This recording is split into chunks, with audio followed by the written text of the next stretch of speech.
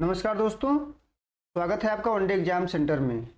दोस्तों, आज की वीडियो में हम बीए थर्ड सेमेस्टर प्राचीन इतिहास के सिलेबस का अध्ययन करेंगे और जानेंगे कि तीसरे सेमेस्टर में आकर के प्राचीन इतिहास में आपको क्या क्या पढ़ना है। आपका जो पहला पेपर है उसका शीर्षक है उत्तर भारत का राजनीतिक इतिहास और इसमें आपको 550 ईस्वी से लेकर के राजपूत वंशों तक के इतिहास को पढ़ना है और इसका पेपर कोड है AAC 201। आइए देखते हैं कि किस यूनिट में आपको क्या क्या पढ़ना है। पहला यूनिट है गुप्त वंश के पतन के बाद भारत की राजनीतिक स्थिति, यानी गुप्त वंश का जब पतन हो गया उसके बाद भारत की राजनीतिक स्थिति किस प्रकार से थी, उसी के अध्ययन स्रोत के बारे में आपको पहले यूनिट में पढ़ना है। और अध्ययन स्रोत में भी आपको दो चीजें पढ़ना है, पुरातत्व और साहित्यिक स्रोत।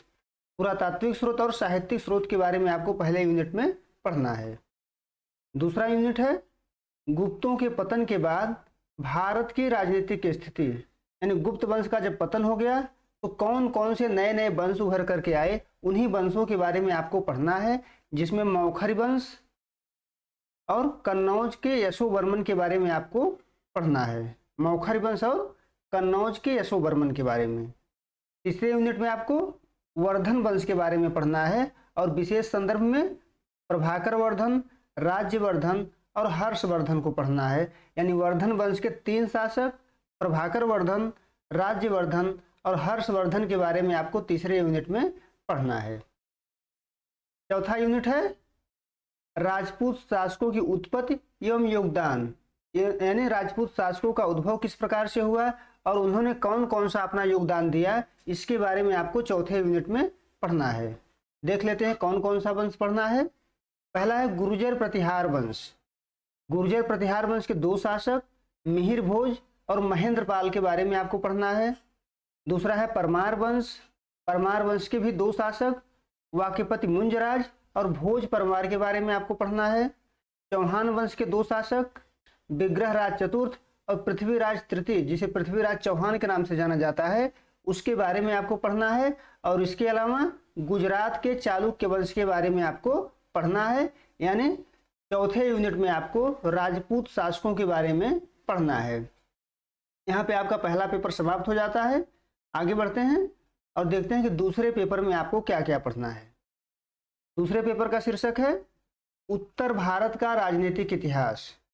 यानी पहले पेपर का भी शीर्षक था उत्तर भारत का राजनीतिक इतिहास, दूसरे पेपर का भी शीर्षक है उत्तर भारत का राजनीतिक इतिहास, लेकिन इसमें आपको पाल राजवंश से लेकर के 1200 ईस्वी तक के समय को पढ़ना है।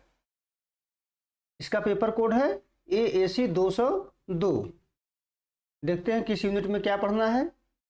पहले यूनिट में आपको पाल राजवंश के बारे में पढ़ना है।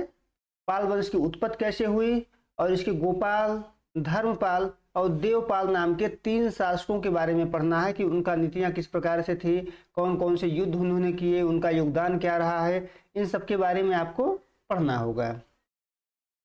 दूसरे यूनिट में कलचुरी राजवंश के बारे में पढ़ना है, उनका प्रारंभिक इतिहास क्या रहा है और उसके 2 शासक, यानी कलचुरी राजवंश के 2 शासक लक्ष्यकर्ण और यशकर्ण के बारे में आपको पढ़ना है। इसके अलावा दूसरे यूनिट में चंदेल राजवंश के बारे में पढ़ना है, उनका प्रारंभिक इतिहास जानना है और यशोवर्मन और धंग चंदेल के बारे में आपको पढ़ना है। आगे बढ़ते हैं, तीसरा यूनिट देखते हैं। तीसरे यूनिट में जाकर के आपको गढ़वाल वंश के बारे में पढ़ना है। गढ़वाल वंश के बारे में पढ़ना है, गढ़वाल वंश का प्रारंभिक इतिहास जानना है और इसमें गोविंद चंद और जयचंद गढ़वाल के बारे में आपको विस्तार से पढ़ना है। चौथा यूनिट है, चौथे यूनिट में आपको आकर के यहाँ पर अरबों के आक्रमण के बारे में पढ़ना है और उसमें भी 2 आक्रमणकारी महमूद गजनवी और मोहम्मद गोरी के बारे में आपको विस्तार से पढ़ना है और इन आक्रमणों का भारत पर क्या प्रभाव पड़ा, इसके बारे में भी आपको इसमें पढ़ना है। उम्मीद है दोस्तों आपको वीडियो पसंद आया होगा। आप हमारे चैनल को सब्सक्राइब करिए, वीडियो को लाइक करिए, शेयर करिए। बहुत बहुत धन्यवाद।